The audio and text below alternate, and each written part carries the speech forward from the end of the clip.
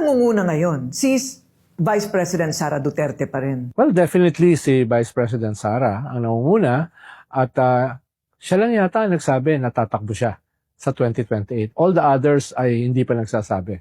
Definitely ay hindi si Raffy. Definitely hindi si Lenny.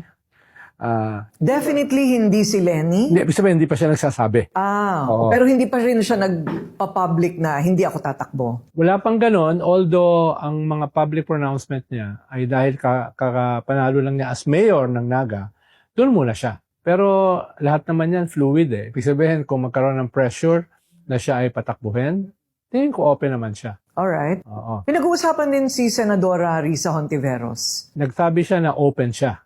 Although hindi pa niya sinasabi na tatakbo siya. Sinabi lang niya, open siya kung sakali. Tapos dahil nag-number 2 si Bam Aquino, siya ay kinoconsider din ng iba. Kumbaga within the pink camp, meron kang Lenny, meron kang Risa, at meron kang Bam Aquino. Possibly Kiko. Although si Kiko hindi nagsasalita tungkol dyan. So one of them can be selected as their candidate. At yung Marcos camp, kung wala sila ibang kandidato, I'm sure they will support a winnable candidate na kalaban ni Sara. Dahil kung mananalo si Sara, isa sila or sila yung main target ng retribution. Ayun, correct. Pero so, could that be Raffy? Makumbinsi si Raffy Tulfo na Baka tumakbo? hindi si Raffy, no? Baka si Erwin. Dahil si Raffy kasi, sigurado siyang mananalo as senator. Hindi siya sigurado for president.